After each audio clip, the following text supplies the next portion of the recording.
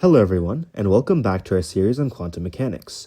In the last video, we discussed the role of symmetry in quantum mechanics and how it can be used to find eigenstates of different Hamiltonians without needing to perform any intensive computations.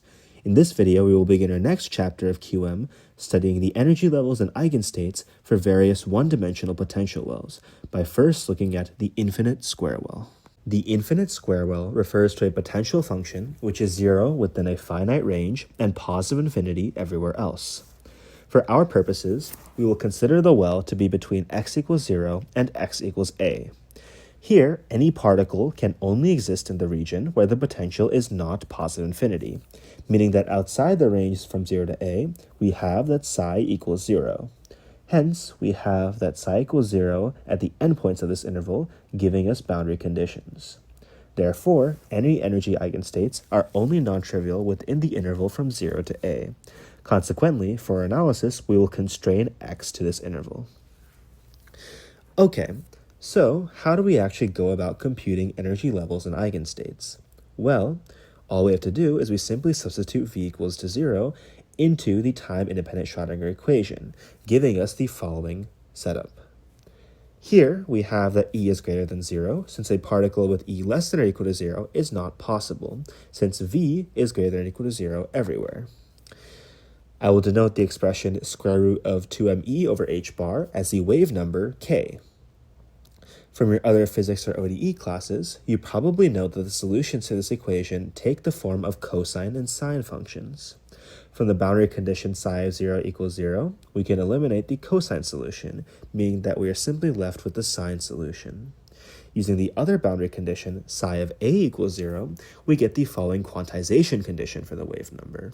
Note that here we assume non-negative k without loss of generality, and we must have k not equal to 0 since psi of x equals 0 is not a normalizable solution.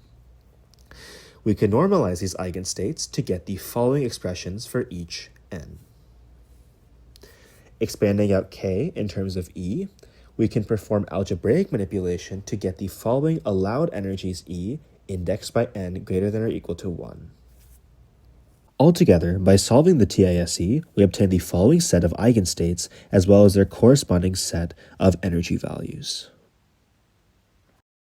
Altogether, we can observe that the solutions to the infinite square well within the non-trivial region are simply given by sine functions whose wave number is given by n pi over a. Compare this to the free particle, where all plane waves regardless of wave number were considered energy eigenstates.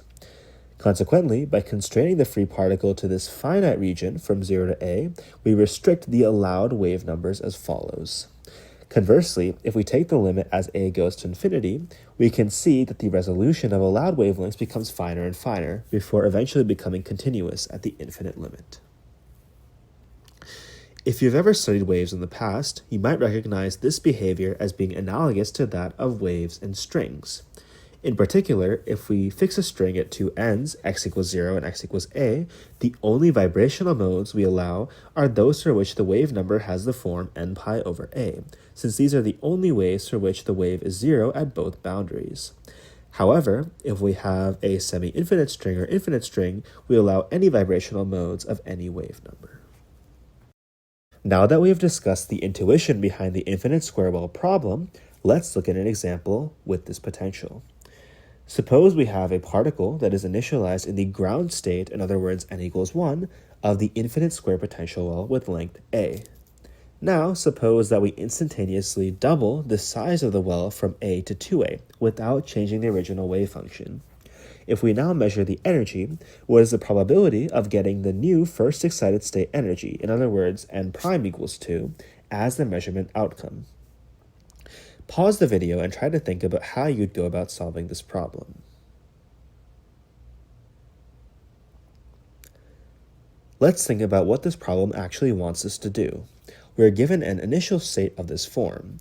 Our goal is to find the probability that this state is projected onto the first excited state of the new potential, which is simply given by squaring the absolute value of this inner product. We can evaluate this L2 inner product as follows to get the probability of measuring the new first excited state energy as 1 over 2. Note that even though the first excited state of the widened potential has the same energy as the ground state of the original potential, the probability of measuring this energy after the potential is changed is not 1. Altogether, the infinite square well is very useful as a simple toy model for approximating wells that are near zero for a given interval and very large everywhere else. In the next video, we will continue our discussion on useful potentials by introducing the quantum harmonic oscillator. I hope you enjoyed this video, and I will see you next time.